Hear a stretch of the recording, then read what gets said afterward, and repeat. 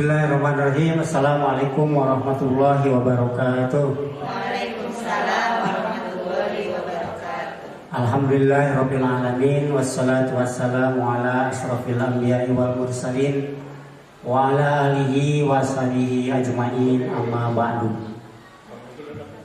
Puji syukur marilah kita panjatkan kehadirat Allah Subhanahu wa taala.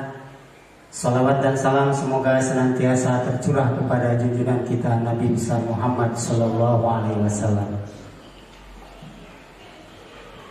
Hadirin yang berbahagia, sebelumnya saya selaku moderator mengucapkan beribu banyak terima kasih atas kehadiran Bapak dan Ibu di tempat ini, yang mana pada kesempatan siang hari ini kita akan mengadakan sosialisasi,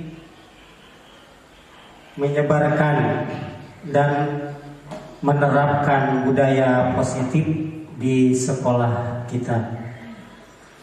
Budaya positif di sekolah ini merupakan salah satu perwujudan dari visi misi sekolah yang harus mengandung nilai-nilai kebaikan sesuai dengan tujuan pendidikan nasional yang dijabarkan dalam karakter profil pelajar Pancasila. Lebih lengkapnya berkaitan dengan sosialisasi ini nanti akan disampaikan oleh Ibu Eka Triana Dewi SPD, ya, yang akan memberikan pemaparan tentang menyebarkan pemahaman dan pengalaman penerapan budaya positif di sekolah. Beliau adalah calon guru penggerak angkatan 8 dari Sekolah SD Islam Terpadu Raudatul Mutakin Kabupaten Cianjur. Untuk itu, sebagai awalan, mari kita sama-sama buka acara ini dengan sama-sama membaca basmalah. Bismillahirrahmanirrahim. Selanjutnya penyampaian materi yang akan disampaikan oleh Ibu Eka Triana Dewi. Kepada yang terhormat Ibu Eka Triana Dewi SPD, dipersilakan. Bismillahirrahmanirrahim. Assalamualaikum warahmatullahi wabarakatuh. Waalaikumsalam warahmatullahi wabarakatuh. Alhamdulillahirabbil alamin wa bihi nasta'inu ala umuri dunya waddin wa ala alihi wa ashabihi ajmain, amma ba'du. Kita panjatkan puji dan syukur kehadirat Allah Subhanahu wa taala. Salawat beserta salam senantiasa terlimpah curahkan kepada Nabi kita Nabi Muhammad sallallahu alaihi wasallam, serta kepada keluarga, para sahabat serta umatnya hingga akhir zaman. Saya ucapkan terima kasih kepada Bapak Kepala Sekolah yang telah memberikan kesempatan kepada saya untuk mengadakan kegiatan menyebarkan pemahaman dan penerapan budaya positif di sekolah. Saya ucapkan terima kasih yang setinggi-tingginya untuk para dewan guru yang berkenan hadir di tempat ini untuk mengikuti kegiatan ini. Untuk selanjutnya, mari kita saksikan bersama-sama apa yang akan saya sampaikan nanti di slide tentang menyebarkan pemahaman dan pengalaman penerapan budaya positif.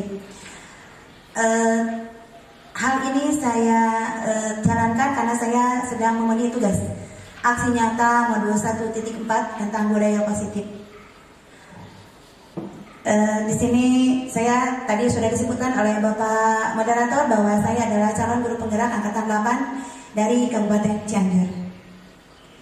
Selamat datang kepada para guru hebat.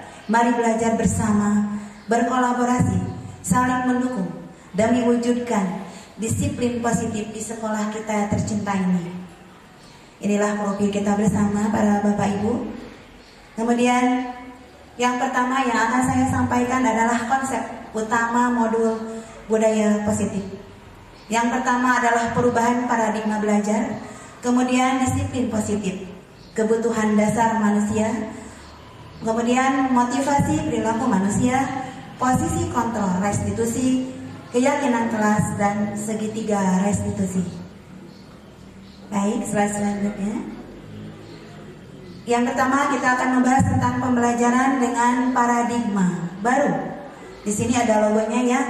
Logonya itu adalah profil pelajar Pancasila yang isinya itu adalah beriman dan bertakwa kepada Tuhan Yang Maha Esa.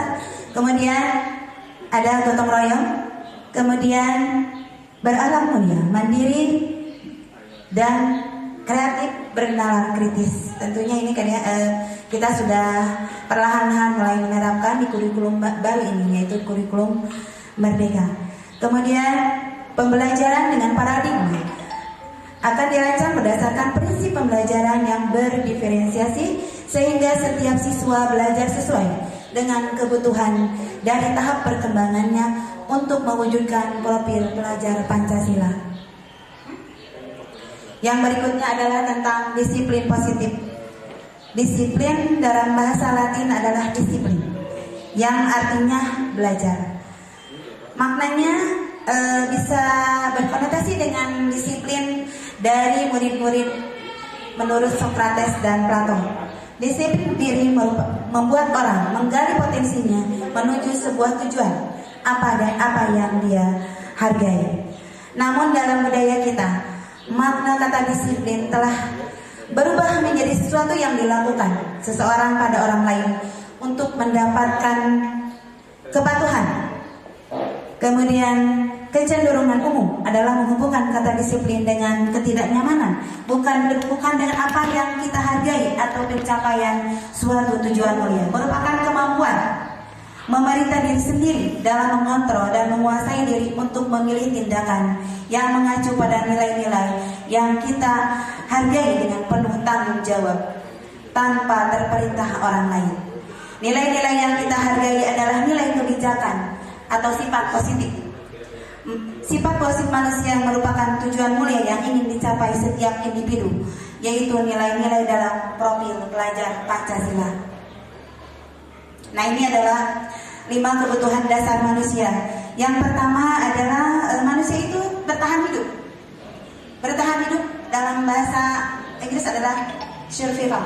Kemudian yang kedua adalah cinta dan kasih sayang. Kita pasti membutuhkan cinta dan kasih sayang atau love and belonging. Yang ketiga kebebasan atau freedom. Yang keempat kesenangan atau fun. Yang terakhir adalah kekuasaan atau power. Selanjutnya adalah motivasi perilaku manusia. Motivasi merupakan dorongan yang timbul pada diri seseorang secara sadar atau tidak sadar untuk melakukan suatu tindakan dengan tujuan tertentu. Mari Bapak Ibu kita amati bersama di sini. Menghindari ketidaknyamanan dan hukuman, biasanya murid melakukan disiplin diri karena ia takut dihukum. Ini merupakan motivasi ekstrinsik. Ekstrinsik artinya dari luar. Karena dia takut, maka dia akan melakukan. Berarti hukuman. Kemudian yang kedua, mendapatkan imbalan atau penghargaan dari orang lain. Biasanya memang kita merubah paradigma baru di sini. Kita suka memberikan reward dia berupa permen, alat tulis. Di sini kalau di modul 1.4 itu sebaiknya jangan dilakukan. Karena apa yang akan terjadi? Murid melakukan disiplin diri karena ia ingin mendapatkan imbalan. Ini merupakan motivasi ekstrinsik. Jadi di modul budaya positif, jadi ditimbulkan intrinsiknya, bukan ekstrinsiknya. Nah, yang ketiga ini kita menemukan bahwa menghargai nilai-nilai kebajikan dari diri sendiri. Murid melakukan disiplin diri karena sadar akan nilai-nilai kebajikan dirinya. Ini merupakan motivasi intrinsik. Selanjutnya konsep disiplin dengan identitas gagal. Ini saya juga pernah merasakannya di sekolah yang selama ini saya terapkan, dan ketika saya menemukan di modul 1.4 ternyata hukuman. Jenis hukuman itu yang pertama dirasakan menyakitkan. Kemudian siswa jadi tidak nyaman. Kemudian murid menjadi takut. Kemudian kesan memaksa. Lalu murid menyembunyikan kesalahan. Murid menjadi rendah diri. Kemudian penghargaan. Ini kita sering memberikan penghargaan itu akibatnya apa? Tidak efektif, merusak hubungan. Jadi teman-teman yang lain jadi iri, lalu mematikan kreativitas. Jadi udah aku mah asal beres, yang penting dapat imbalan, kan gitu ya. Kemudian menghukum dengan sistem ranking, lalu merampas hak menghargai dirinya sendiri. Makanya di dalam rapor juga sudah disebutkan bahwa kita tidak boleh melakukan lagi ini, karena bersifat penghargaan bukannya mendidik, tapi malah menjadi persaingan, kemudian menimbulkan efek-efek negatif karena melakukan tindakan di luar nalar, gitu ya Bapak Ibu. Kemudian konsep disiplin dengan identitas sukses. Di sini ada kata konsekuensi. Apa konsekuensi ini? Penguatan jangka pendek perlu monitoring berkelanjutan, kemudian stimulus respon, murid menghormati peraturan, kemudian kehilangan waktu untuk merenungi kesalahan. Ini konsekuensi. Jadi kalau di kelas kita menerapkan peraturan, kamu boleh melakukan ini, tapi akibatnya itu konsekuensi. Kemudian ada restitusi. Nah, di sini restitusi adalah penemuan terbaru di modul 1.4. Apa yang sebaiknya kita lakukan di kelas? Dampak yang ditimbulkan dari penerapan restitusi adalah murid bertanggung jawab untuk perilakunya. Kemudian fokus pada pemecahan masalah. Lalu yang akan nanti pemecahan masalah itu jangka panjang efeknya. Kemudian murid menghormati dirinya dan orang lain. Kemudian yang digunakan pada restitusi ini adalah teori kontrol. Jadi dirinya memegang kontrol sendiri. Murid bersemangat untuk memperbaiki kesalahan. Di sini ditemukan di modul 1.4. Selanjutnya, konsep disiplin pendekatan restitusi. Mari kita mengenal restitusi. Apa sih restitusi itu? Restitusi adalah proses menciptakan kondisi bagi murid untuk memperbaiki kesalahan. Mereka itu bisa kembali pada kelompok mereka dengan karakter lebih kuat, gitu ya. Ciri-ciri restitusi. Yang pertama, bukan menebus kesalahan, namun belajar dari kesalahan. Kemudian memperbaiki hubungan. Kemudian tawaran, bukan paksaan, tapi ditawarkan. Kemudian menuntut untuk melihat ke dalam diri. Lalu mencari kebutuhan dasar yang berdasar tindakan. Proses pada karakter, bukan tindakan. Kemudian menguatkan pada fokus dan solusi. Kemudian apa sih 5 posisi kontrol restitusi yang bisa membedakan hukuman, kemudian konsekuensi, kemudian restitusi? Di sini ada contohnya. Kalau hukuman, guru menggunakan siswa tersebut hormat bendera. Misalnya hormat bendera 10 menit. Kamu harus hormat bendera 10 menit karena kamu terlambat datang ke sekolah. Itu hukuman. Betul, Bu? Hukuman. Guru marah dan murid menjadi takut. Itu hukuman. Kemudian konsekuensi. Guru memberikan konsekuensi untuk mengerjakan PR-nya saat istirahat atau dikerjakan sebanyak 3 kali. 3 kali lipat. Nah, kamu nggak mengerjakan PR, tulis lagi 3 kali lipat. Itu konsekuensi. Dan guru tegas dan siswa menghormati peraturan. Jadi siswa mengerjakan karena peraturan. Gitu. Kemudian di restitusi, guru menanyakan keyakinan. Makanya di sini nanti kita akan mempelajari keyakinan. Guru menanyakan keyakinan kelas atau dirinya dan membantu siswa menyelesaikan masalahnya. Guru terbuka dan siswa menghormati dirinya dan orang lain, orang tua maksudnya. Kemudian contoh penerapan 5 posisi kontrol. Kasus misalnya siswa tidak memakai atribut lengkap saat upacara bendera. Biasanya sepatunya tidak berwarna hitam atau memakai pakaian yang bukan pada hari upacara gitu. Harusnya kan hari Senin itu biasanya kalau di kita pakai batik, malah pakai muslim misalnya ya. Kemudian apa yang terjadi jika dalam 5 posisi kontrol guru, misalkan sebagai penghukum. Kalau sebagai penghukum, patuhi aturan sekolah, lalu berdiri di depan kelas ketika kita itu menghukum. Kemudian pembuat rasa bersalah. Kemudian guru akan kalau pembuat rasa bersalah, guru berbicara seperti ini. Berapa kali guru harus memberitahu kamu? Bu guru kecewa sama kamu. Jadi muridnya gitu ya. Kemudian guru sebagai teman. Nah, kalau guru berbicara sebagai teman, ayolah yang tertib, buat bu guru bangga. Kali ini tidak apa-apa, kamu salah, gitu ya. Kita kan sebagai temannya, kali ini tidak apa-apa. Terus kan perilakunya juga, anak bisa dipegang gitu ya. Kali ini apa-apa lah, tapi simpan jangan ya, kan gitu. Itu sebagai teman. Kemudian guru posisinya sebagai pemantau. Kamu sudah melanggar peraturan dan konsekuensinya kamu tahu nggak? Tahu bu, aku harus membersihkan WC. Nah, itu konsekuensi, gitu ya. Kemudian yang terakhir, guru berperan sebagai manajer. Apakah kamu tahu kesalahan kamu? Kira-kira bagaimana kamu akan memperbaiki kesalahan itu?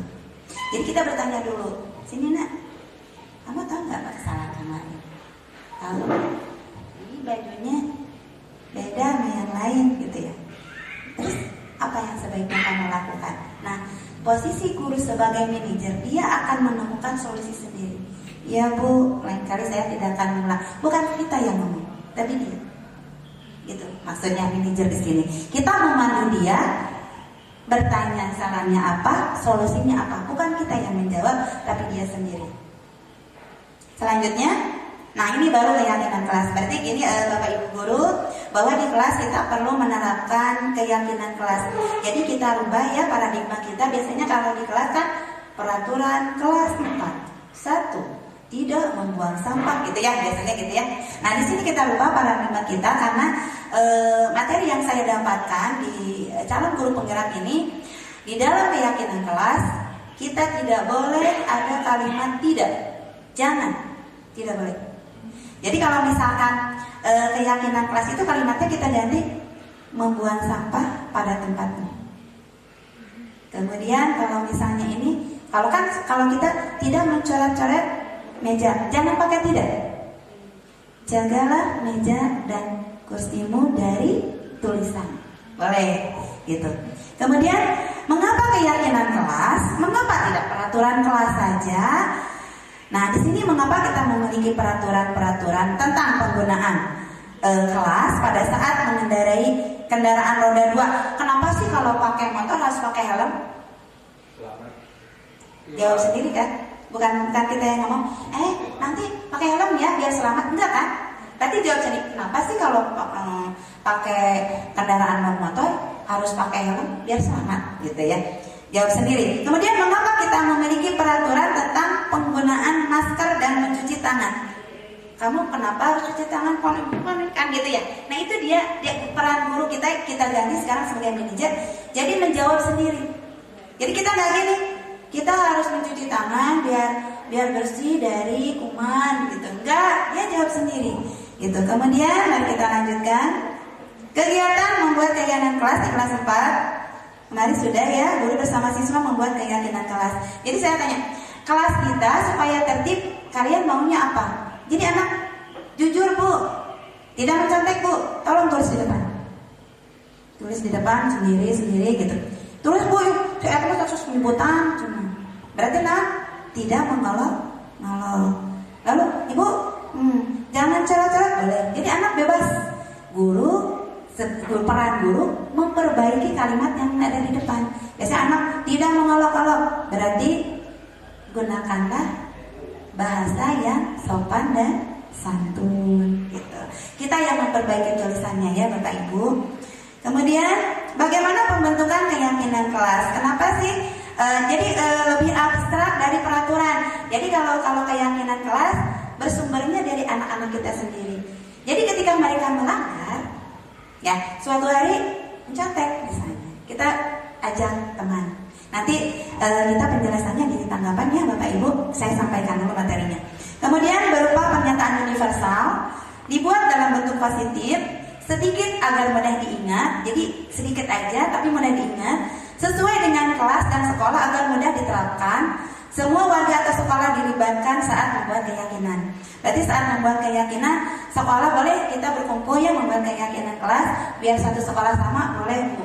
Atau di kelas punya sendiri karena tingkatan kelas seperti kelas 1 kan lebih ke kanak-kanak ya, bahasanya juga harus lebih mudah dipahami. Kalau kelas tinggi beda lagi, boleh gitu. Kemudian ini adalah logo segitiga restitusi, menstabilkan identitas. Kita semua akan melakukan hal terbaik yang bisa kita lakukan. Validasi tindakan yang salah. Semua perilaku memiliki alasan. Kemudian menanyakan keyakinan. Kita semua memiliki motivasi interaksi. Dilanjutkan. Dalam penerapan program disiplin positif, hendaknya guru memiliki standar kepribadian, profesional, dan sosial yang unik, di mana guru mampu bereaksi pada posisi kontrolnya saat ini. Bagaimana perjalanan dirinya sebagai seorang among atau posisi manajer yang menuntun murid-murid menjadi insan yang mandiri, merdeka dan bertanggung jawab. Ini dengan sesuai dengan standar nasional pendidikan. Baik Bapak Ibu, semoga sesi belajar kita hari ini membawa manfaat sehingga dapat mewujudkan pelajar berprofil Pancasila. Salam Merdeka Belajar. Terima kasih Guru Merdeka Indonesia Maju. Mungkin itu saja yang dapat saya sampaikan. Billahi taufiq wal hidayah. Wassalamualaikum warahmatullahi wabarakatuh. Waalaikumsalam warahmatullahi wabarakatuh. Ya, terima kasih kepada Ibu Pemateri, Ibu Eka Triana Dewi SPD yang telah menyampaikan paparannya mengenai cara menyebarkan dan menerapkan budaya positif di sekolah. Bapak dan Ibu, mungkin ada yang mau memberikan tanya jawab, maka pada sesi kali ini saya kasih kesempatan 2 orang penanya saja ya, mengingat waktu yang harus segera diselesaikan ya. Baik Bapak dan Ibu, siapa yang pertama mau memberikan pertanyaan? Ada? Silakan diacungkan tangannya. Baik Ibu, dipersilakan. Cuman kami batasi Ibu ya, hanya 2 pertanyaan saja. Baik Bu, dipersilakan. Assalamualaikum warahmatullahi wabarakatuh. Waalaikumsalam warahmatullahi wabarakatuh. Terima kasih saya ucapkan kepada moderator atau pembacara dan juga kepada guru penggerak, calon guru penggerak angkatan 8 yaitu Ibu Eka Triana Dewi. Alhamdulillah dalam pemaparan materi cukup bagus sekali ya, khususnya untuk kami-kami. Namun yang ingin saya tanyakan kepada Ibu Eka khususnya yaitu pertama, apa perbedaan antara hukuman dan konsekuensi Bu? Ya, tolong dijelaskan ya Bu ya. Sebenarnya pertanyaannya sangat banyak sekali Bu ini, tetapi berhubung moderator memberikan pertanyaannya hanya 2 ya, saya bertanya hanya 1 aja ya Bu ya. Nanti mungkin teman-teman saya yang akan melanjutkan pertanyaannya. Terima kasih Bapak moderator dan Ibu Eka Triana. Terima kasih Ibu, pertanyaannya yang luar biasa sekali. Sekarang kita dengarkan jawaban ataupun tanggapan dari pemateri. Kepada Ibu kami persilakan. Terima kasih Ibu atas pertanyaannya. Saya coba menjawab ya. Di sini memang untuk definisi saya sudah sampaikan. Hukuman itu seperti apa atau konsekuensi itu seperti apa. Tapi memang pada kenyataannya kita perlu yang clear ya. Nah, untuk menambah pemahaman mengenai hukuman dan konsekuensi, saya coba menjawab ya. Coba menjawab. Di sini saya punya beberapa masalah. Nah, di sini ada pernyataan. Baik, kita coba jawab bersama-sama ya. Bapak Ibu kebaca tidak ya? Nah, coba. Yang pertama kecil ya. Ibu, saya bacakan ya. Saya bacakan saja.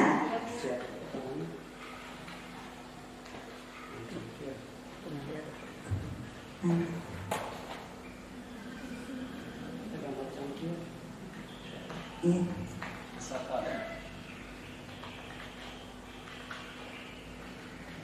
Gimana? Kelihatan udah. Ya.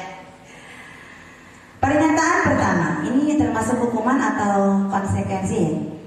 Lari mengelilingi lapangan basket 2 kali karena terlambat hadir di sekolah. Hukuman. Nanti kita lihat. Ini ingat ya, yang pertama hukuman. Kemudian yang kedua, membersihkan coretan yang dibuatnya di meja tulis. Konsekuensi. Murid diminta untuk push up 15 kali karena tidak menggunakan masker ke sekolah. Hukuman. Menggantikan kertas tugas teman yang telah dicoret-coret. Konsekuensi. Berjemur di lapangan basket pukul 12 siang karena mengobrol dengan teman saat belajar. Hukuman. Murid diminta bertelanjang kaki sepanjang hari karena tidak menggunakan sepatu warna hitam sesuai peraturan sekolah. Hukuman apa konsekuensi? Ada yang menjawab hukuman atau konsekuensi? Mari kita lihat nanti ya. Berdiri di depan kelas sambil mengangkat kaki satu karena tidak bisa menjawab. Hukuman.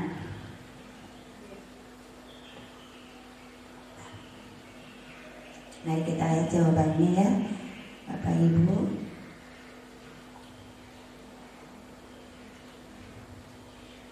Diperbesar, kelihatan nggak, Bapak Ibu, kelihatan nggak?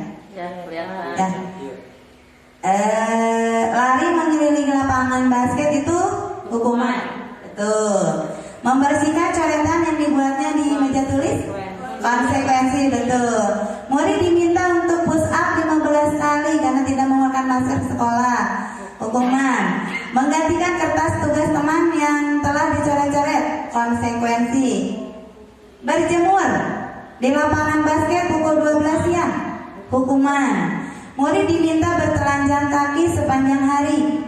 Hukuman. Berdiri di depan kelas sambil mengangkat kaki satu karena tidak bisa menjawab pertanyaan. Hukuman. Gitu ya. Baik, mungkin itu saja yang dapat saya coba jawab ya mengenai perbedaan hukuman dan konsekuensi. Terima kasih.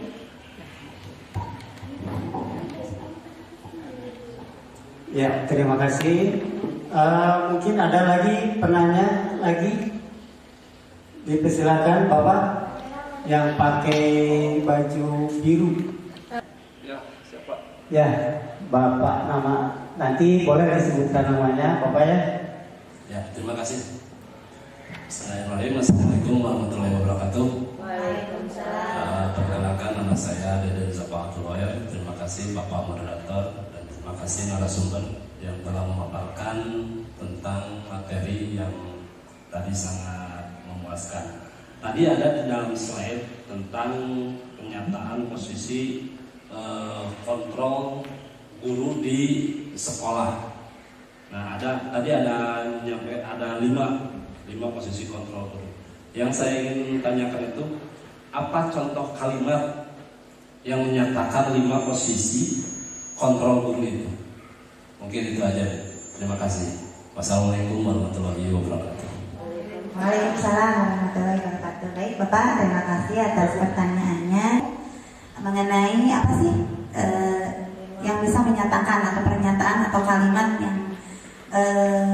yang di dalamnya terdapat 5 posisi kontrol guru. Mari kita lihat Bapak Ibu. Ini ada 5 posisi kontrol guru.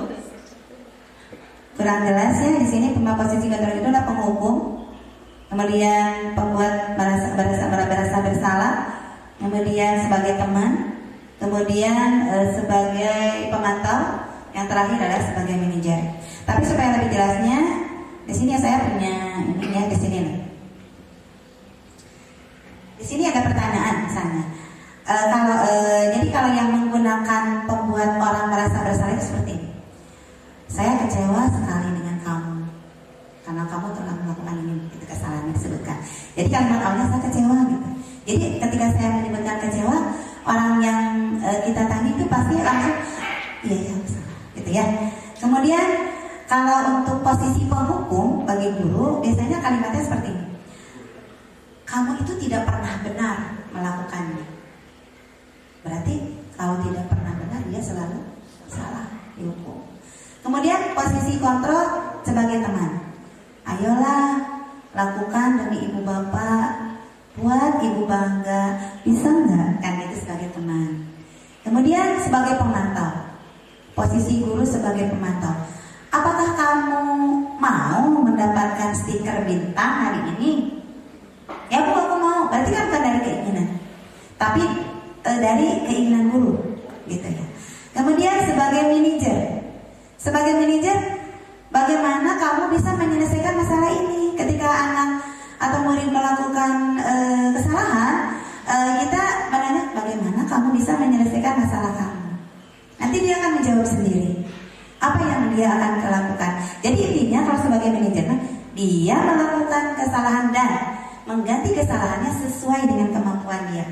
Kita sebagai posisi manajer di sini tidak memaksa, tapi memang di sini kita terlebih dahulu membuat keyakinan dulu. Jadi anak juga tidak akan lepas dari keyakinan yang telah dibuat bersama teman-teman. Gitu. Kemudian yang terakhir adalah sebagai penghukum. Nah memang di sini penghukumnya ada contohnya dua ya. Kalimatnya kalau yang pertama tadi kamu tidak pernah benar melakukannya. Yang kedua kamu selalu yang paling benar. Gitu. Maksudnya kamu selalu yang paling benar. Kamu selalu merasa diri paling benar padahal kamu salah kan gitu. Dari kalau penghukuman dari nada bicaranya juga sudah beda. Ya kalau sebagai teman memang bahasanya beda, kata-katanya juga beda. Tapi di sini yang dianjurkan posisi kita yang paling lengkap adalah manajer. Itu yang lupa itu. Bagaimana Pak? Maaf bila jawabannya kurang memuaskan. Lain kali bisa kita lanjutkannya sesuai dengan pemahaman kita. Terima kasih.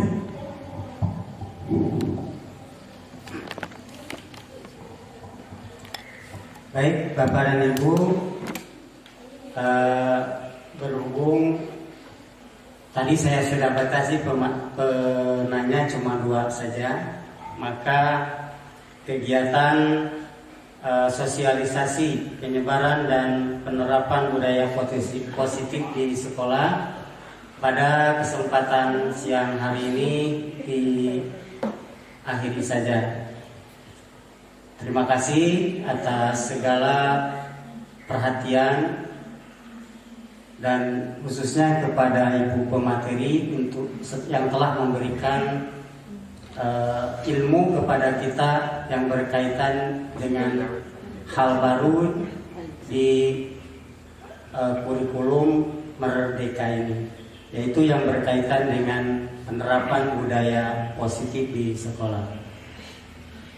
Bapak dan Ibu yang saya hormati, mari kita sama-sama akhiri saja kegiatan hari ini dengan sama-sama membaca hamdalah. Alhamdulillahirabbil alamin. Terima kasih. Assalamualaikum warahmatullahi wabarakatuh. Waalaikumsalam warahmatullahi wabarakatuh. Bismillahirrahmanirrahim. Assalamualaikum warahmatullahi wabarakatuh. Alhamdulillah, segala puji hanya milik Allah, Tuhan yang Maha Pengasih, Maha Penyayang. Bersyukur kita kepada Allah bahwasanya Ibu Eka mendapat kesempatan mengikuti calon guru penggerak. Saya bangga dengan Ibu Eka karena mempunyai kinerja dan etos kerja yang tinggi. Khususnya saya bangga pula bahwa Bu Eka yang masuk guru penggerak angkatan ke-8 yang tergerak, bergerak, dan menggerakkan. Diseminasi pengimbasan yang dipaparkan oleh Ibu Eka merupakan aksi nyata dalam program guru penggerak. Mudah-mudahan pengimbasan ini bersifat permanen, berkesinambungan, dan menjadi karakter yang bisa diandalkan demi kemajuan kita semua. Mudah-mudahan diseminasi dari Bu Eka ini menjadi motivasi dan akan imbas ke Bapak Ibu guru yang nantinya anak-anak menjadi disiplin dan yang akhirnya akan meningkatkan motivasi siswa untuk belajar dan akan meningkatkan penguasaan siswa terhadap capaian-capaian pembelajaran, akhirnya meningkat pada prestasi siswa. Demikian yang dapat saya sampaikan. Saya berharap dengan kinerja Bu Eka yang sudah semakin baik berimbas kepada guru-guru yang lainnya. Sekian, Assalamualaikum warahmatullahi wabarakatuh. Assalamualaikum warahmatullahi wabarakatuh. Saya Ibu Nung Masito, saya rekan kerja Ibu Eka Triana Dewi dari SD Islam Terpadu Rodatul Mutakin.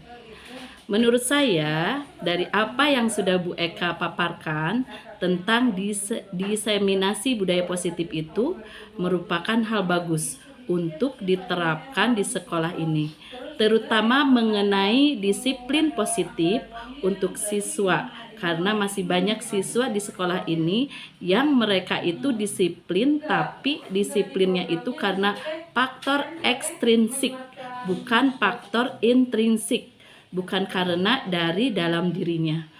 Untuk itu, kami sebagai guru jadi tahu bagaimana kita memposisikan diri kita kepada siswa, bahkan kita sebagai pemberi hukuman atau kita sebagai pemantau atau sebagai manajer. Kemudian, bagaimana cara kita menanamkan perilaku disiplin intrinsik di dalam diri siswa dan juga untuk diri kita sendiri.